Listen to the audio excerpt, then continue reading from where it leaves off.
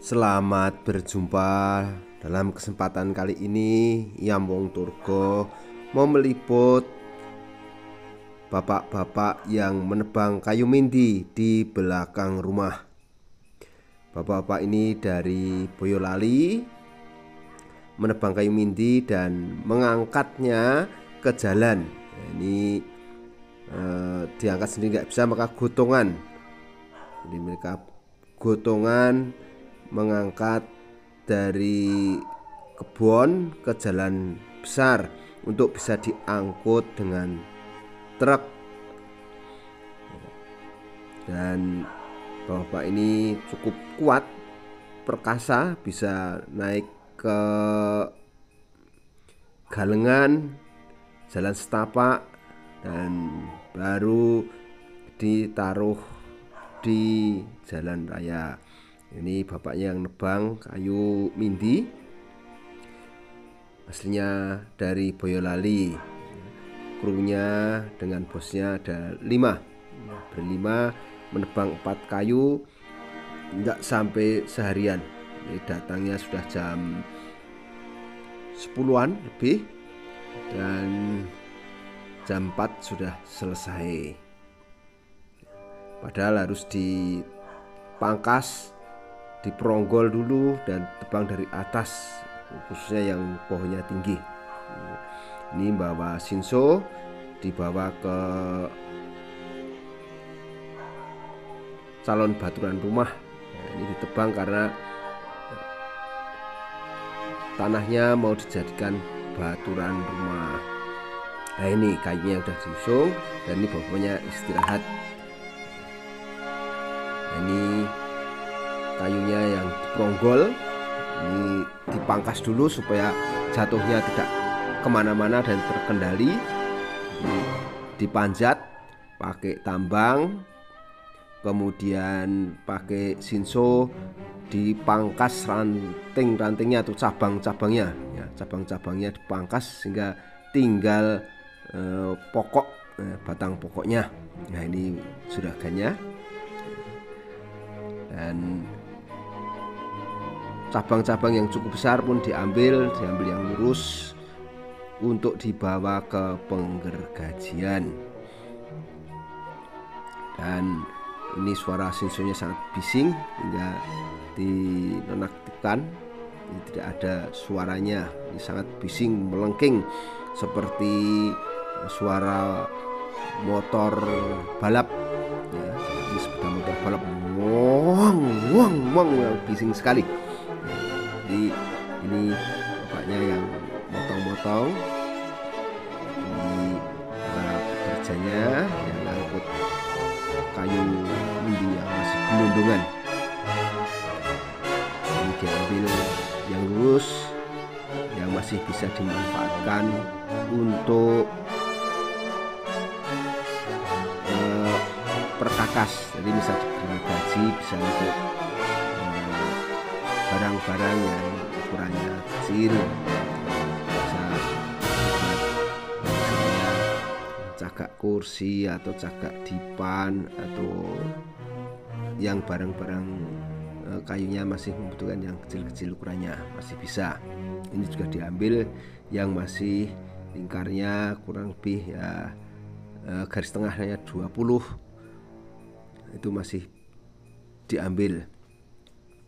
Yang ranting-ranting kecil ditinggal, dan juga daun-daun. Nah, daun-daunnya ini bisa untuk pakan ternak, pakan sapi, pakan kambing. Seperti ini keadaan ranting dari cabang-cabang dan ranting dari pohon mindi.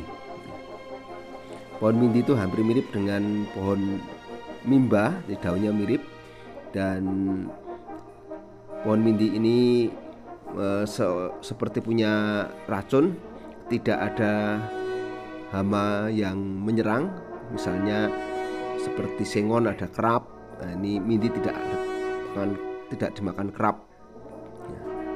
Jadi mindi ini cukup kuat, keras, dan kayunya bisa untuk balungan atau untuk rumah, untuk dibuat biasanya untuk belandar, untuk buat pintu, dan sangat awet sungnya, apalagi tidak kena hujan ya, tidak kena air, itu sangat kuat ya. Kita akan pantau terus seperti apa menebang pohonnya. Ini nanti ditebang dan talinya ini untuk mengarahkan jatuhnya, untuk mengarahkan jatuhnya pohon atau ambruknya pohon itu kemana, itu ditarik dengan tali. Karena sudah diperonggol atau sudah dipangkas, maka tinggal pendek dan tidak merusak tanaman-tanaman yang di sekitarnya. Ya, ini sebenarnya isinya wawancara dengan Pak Eko yang menjadi bos lubang kayu ini, tetapi audionya tidak jalan. Ini mengangkut kayunya diangkut, yang agak panjang digotong, yang kecil ya diangkat sendiri. Sedangkan yang satu lagi naik ke pohon yang selatan ya, dia juga mangkas yang bagian selatan. Nah, ini sudah diangkut semua. Yang ini kayu ngisor sukun, yang bingkong-bingkong semuanya, tapi diambil lurus-lurusnya.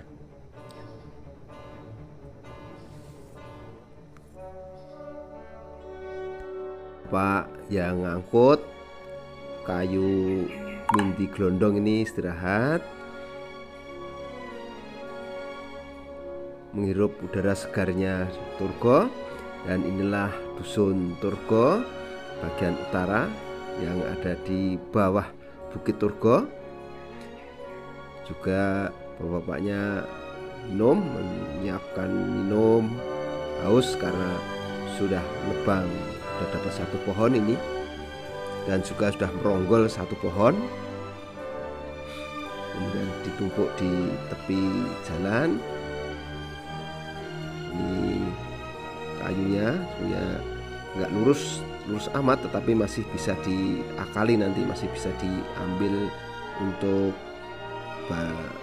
perkakas, masih bisa, tergantung cara menggergajinya.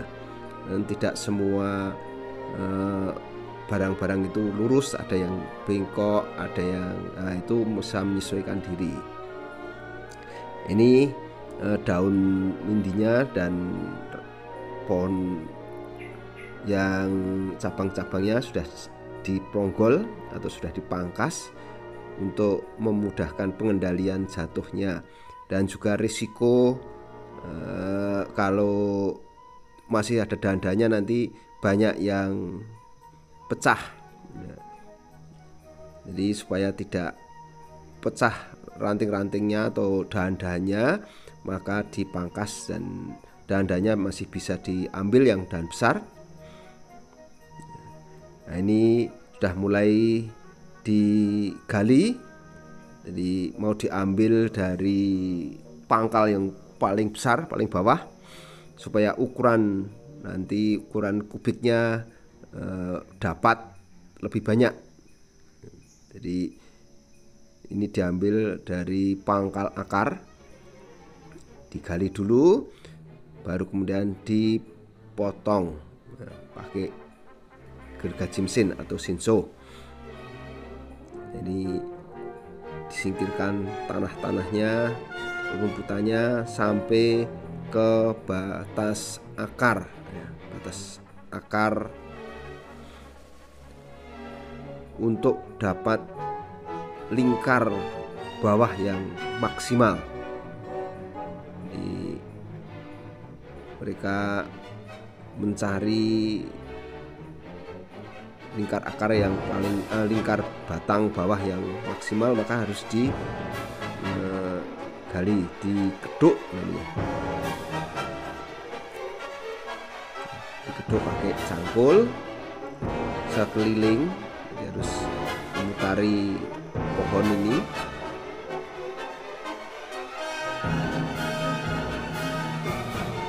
Kemudian dibersihkan dari tanah-tanahnya supaya sinsonya tidak cepat ketul, karena kalau kena tanah itu mata gergajinya mudah sekali ketul atau tidak tajam lagi, harus diasah, dikikir.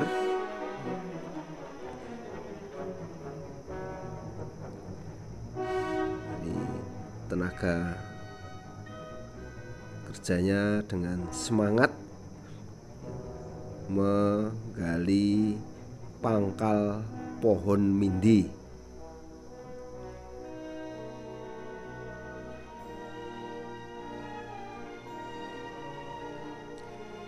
Ya, di sekitarnya masih berserakan cabang-cabang yang dipangkas tadi. Dan saya kebetulan tidak bisa meliput tadi, tidak bisa meliput naiknya pakai tambang.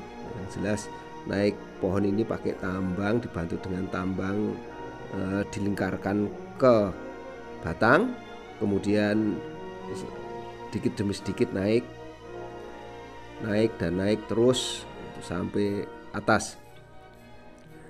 Ya, ini dibersihkan pangkalnya sebelum ditebang, dibersihkan dulu dari tanah-tanahnya.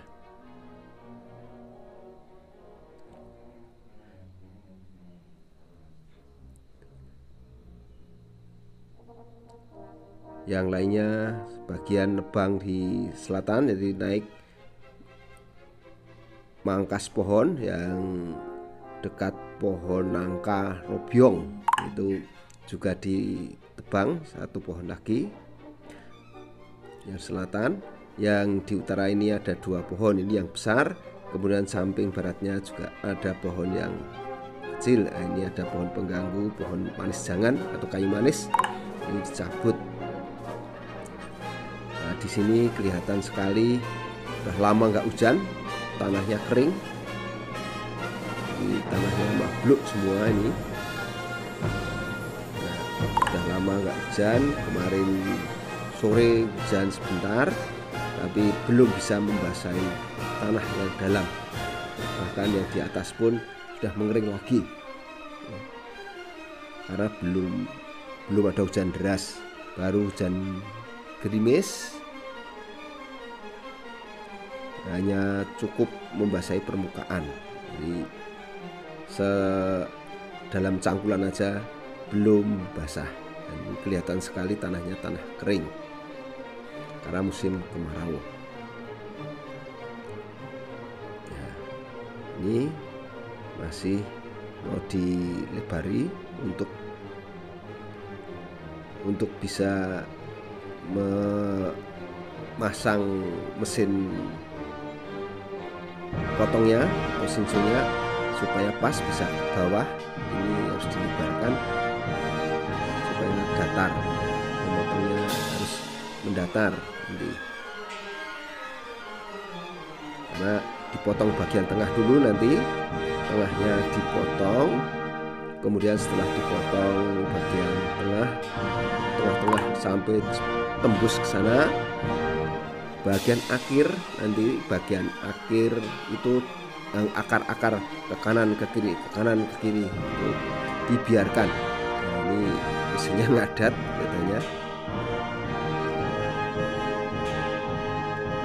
sudah di starter nggak bisa ngadat, jadi belum bisa digunakan, masih harus diservis dulu. Bapaknya istirahat.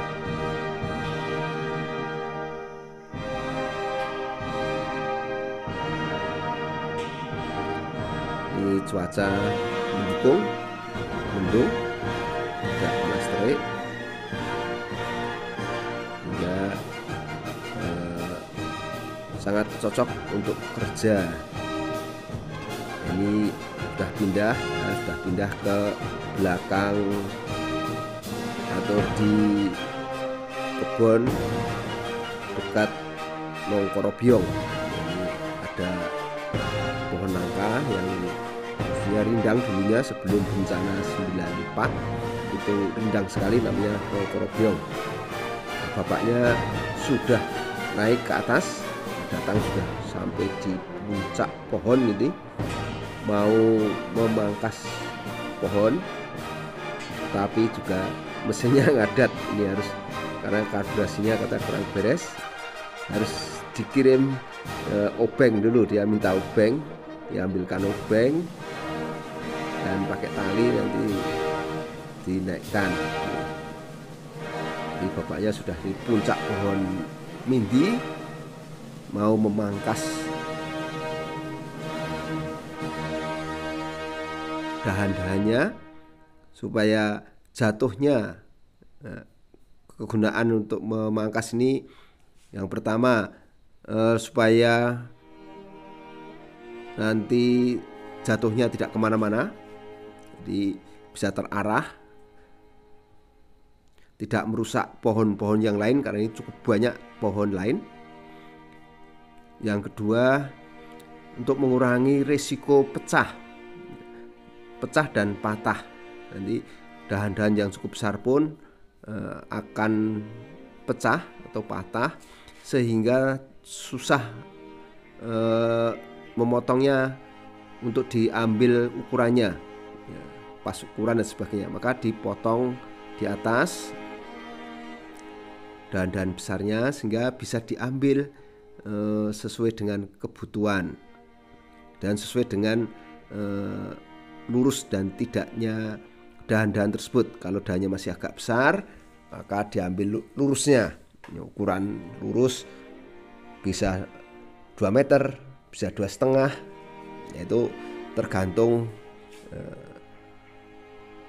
lurus dan tidaknya kayu tersebut. Ya, ini batang pohon mindi di lor kayu Nongkorobyong. Ini seperti ini. Ini masih nunggu di atas sambil nyervis sinsonya karena belum bisa berfungsi.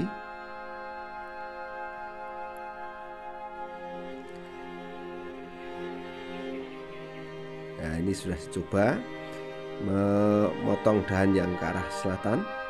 Ini. Ya, ini sudah, iya, sudah jatuh buahnya. Ini, sehingga jatuhnya hanya di sekitarnya, tidak jauh kemana-mana.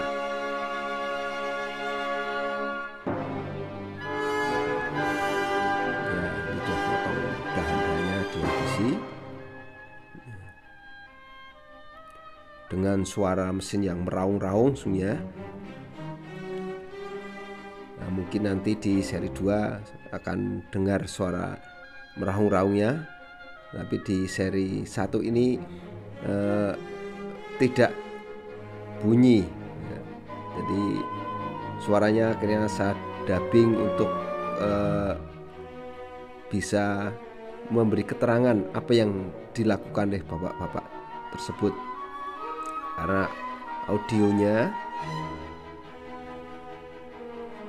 tidak berfungsi waktu itu, atau ada salah setting mungkin. Ya, masih pemula, belum menguasai alat sepenuhnya, jadi tidak terlalu tahu persis. Ternyata hasilnya setelah diputar tidak ada suara, audionya macet. Ini masih lanjut untuk meronggol. Setelah saya meronggol atau memangkas dahan-dahan yang besar maupun kecil, ini akan dihabisi terus sampai bawah, sampai memudahkan nanti memotongnya dan satunya.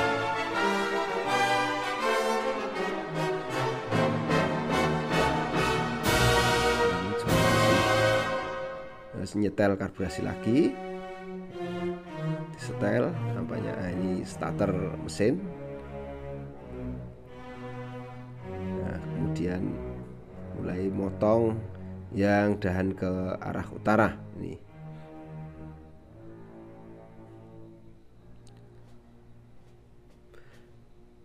Mengapa ini pohon dijual? Karena pohon mindi ini sudah pucuknya sudah pokah atau tumbang, patah. Dan pohon mindi yang sudah luka patah ini kalau dibiarkan lama, biasanya lama-lama setelah bertahun-tahun akan membusuk nanti. Jadi tengahnya busuk karena ada cacatnya dan tidak laku dijual. Maka sebelum busuk, nah ini sudah tumbang, sebelum busuk masih waras, masih baik kayunya, ya dijual dulu.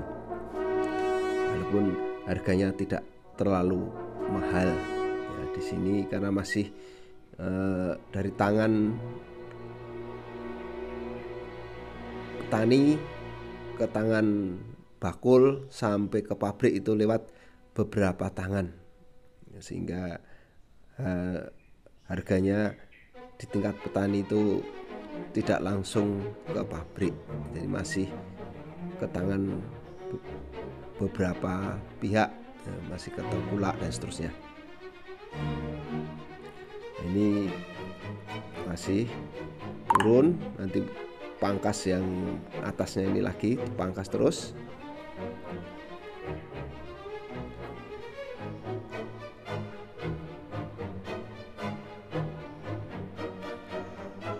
Ini hebat masnya yang naik dan mangkas ini cukup berani, punya mental pejuang ini, kendel paling tidak. Dia di puncak pohon, setelah dipangkas maka pohonnya akan berayun-ayun. Nah, dia sudah siap mengamankan diri.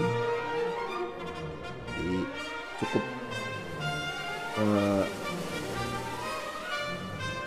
hebat ini.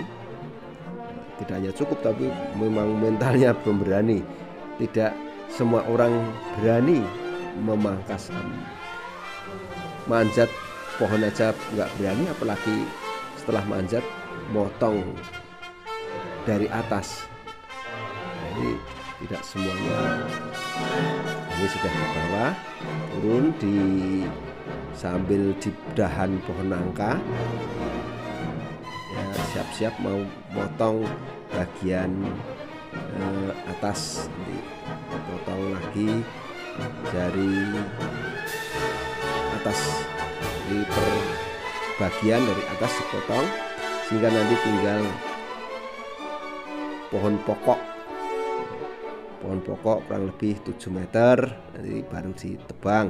Sama juga dikeruk dulu, tanah-tanahnya disingkirkan untuk mengambil batang bawah yang maksimal. Nah, mau lingkar karena dihitung lingkaran untuk kubik, untuk ukuran kubikisasi atau mengukur kubiknya kan dari lingkarnya, nanti ditambah. Ini maka nanti juga digali. Ini sudah mulai dipotong, kita akan lihat seperti apa.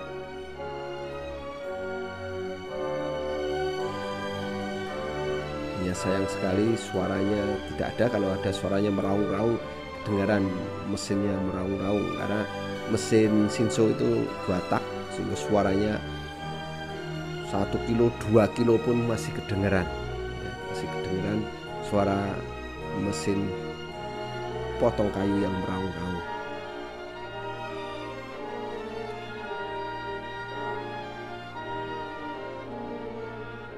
Ya, ini mencari posisi yang enak, yang tepat di dahannya. Ini mau dijejak tapi belum, masih tumbang lah, jatuh. Ini sudah. Jadi memang hebat ya, ambil pegangan dahan yang ke utara langsung bisa dipotong.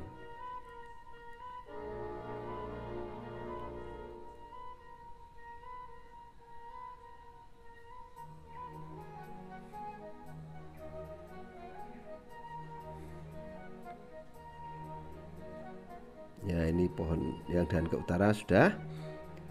Ini tinggal batang pokoknya, sampai bawah sudah nggak ada cabangnya lagi nih. Ya, bapak-bapaknya udah mulai turun. Nih.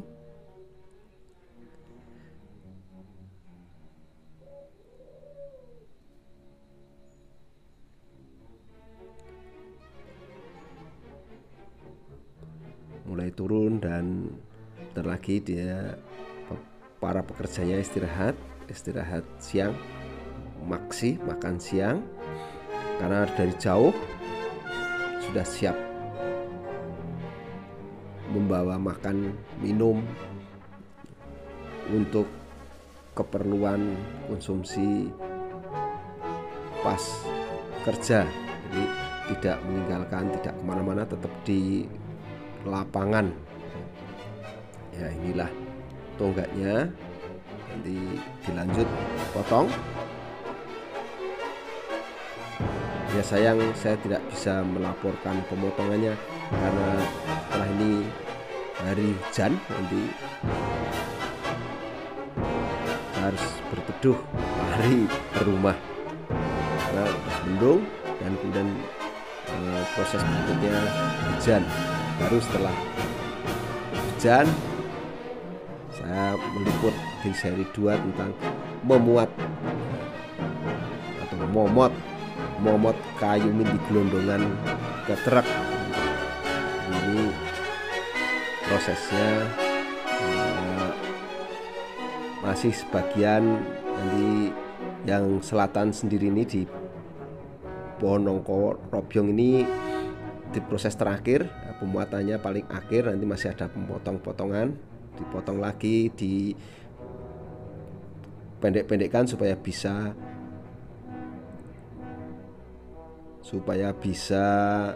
diangkut. Ya, ini nampaknya juga masih sekali lagi dipotong supaya tidak terlalu tinggi. Ini masih dipotong, motongnya dari pohon nangka.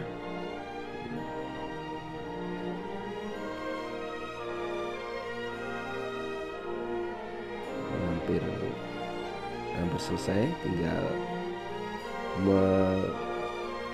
ngegas beberapa kali gasnya saja. Masih alot katanya ini ya, tumbang juga. Ya, ini sudah selesai. Setelah ini istirahat, kita turun dan istirahat. Ya, ini sudah kembali ke base camp awal yang calon Baturan. Ini juga sudah tumbang yang utara. Saya meliput ke selatan, utara sudah tumbang karena pekerjanya banyak, jadi nggak bisa ngeliput sana sini. Saya ngeliput meronggoli yang selatan, yang utara nebang. Ini bekas tonggaknya, dan ini sudah tumbang ke arah utara. Ini dangkleknya atau pangkal pohonnya yang tadi digali, dikeruk. Nah, sekarang sudah seperti ini. Jadi lingkarnya menjadi lebih besar. Ini baru diukur nanti untuk dipotong seberapa, dan juga semampu untuk diangkat. Jadi tidak bisa mau cari yang panjang sekali, nanti ngangkutnya juga susah. Angkut dan juga mengangkat ke atas bak truknya.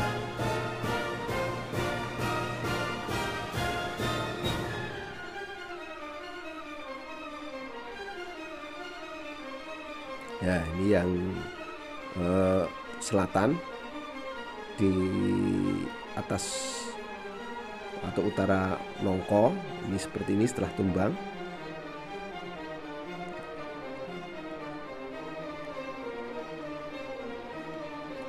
Jadi batang-batangnya masih di sini seperti ini setelah tumbang. Jadi keadaan batang dahan cukup aman, hanya kecenderungannya pohon mindi ini kalau dipotong pecah. Jadi setelah dipotong biasanya di bagian pemotongan itu kelihatan retak, ada yang cukup lebar patahnya atau pecahnya, walaupun tidak sampai ke ujung, tapi di bagian pangkal-pangkalnya itu retak maupun pecah. Ini sudah mulai menaikkan, ini sudah selesai makan siang, menaikkan ke truk. Truknya untuk memudahkan supaya ngangkatnya nggak terlalu berat, truknya diletakkan di bawah galengan. Ini udah pematang, di galengan, terus truknya ditaruh di bawah sehingga lurus dengan tanah yang ada di atasnya, sehingga tinggal mendorong maju walaupun cukup berat. Ini berlima.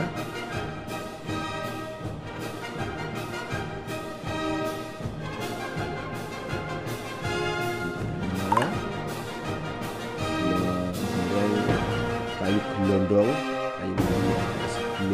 ini ke atas truk dengan sekuat tenaga,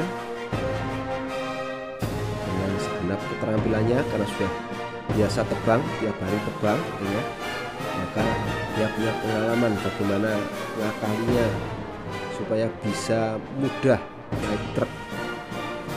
Kalau orang baru pertama kali tebang sangat kesulitan, karena ini diangkat berdua, bertiga pun belum tentu kuat, jadi harus didorong pakai bantalan kayu atau bantalan bambu, itu baru bisa. Kemudian dipernahke atau diatur posisinya untuk bisa muat, nanti diatur posisinya supaya gelondong berikutnya bisa rapi dan muat di truk engkel ini, truk yang roda belakangnya hanya satu-satu, tidak double. Itu namanya sebutannya lokal di Torgon namanya truk engkel namanya. Ya, ini masih dibalik, diposisikan yang paling tepat seperti apa.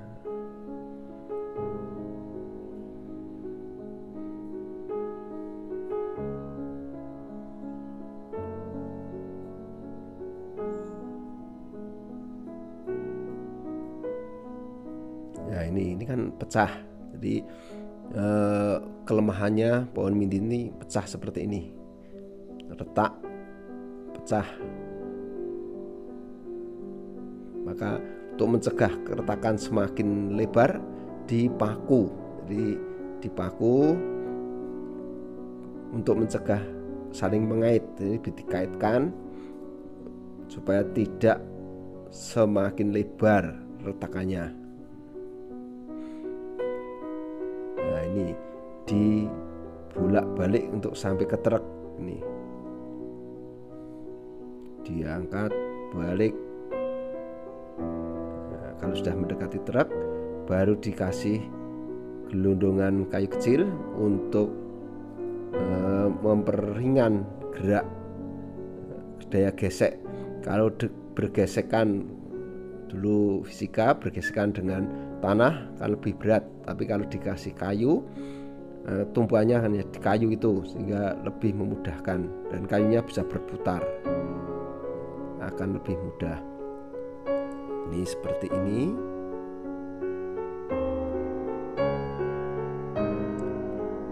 Ya, ini masang kayunya sebagai roda di bawahnya, fungsinya seperti roda, memperingan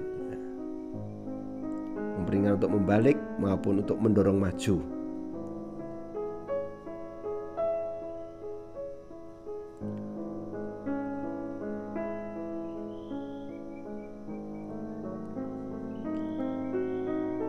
Ya, ini sudah sampai ke bak truk, tinggal mendorong maju lagi. Proses tebang dan muat kayu gelondongan ke truk akan saya sambung dalam video berikutnya. Silahkan ditonton dan juga jangan lupa klik like, subscribe, dan tulis komen ya, komentar bagi yang bisa membukanya, atau bagi penonton yang buka silahkan tulis komentar untuk menghidupkan channel ini ya. Jangan lupa sekali lagi like dan subscribe-nya.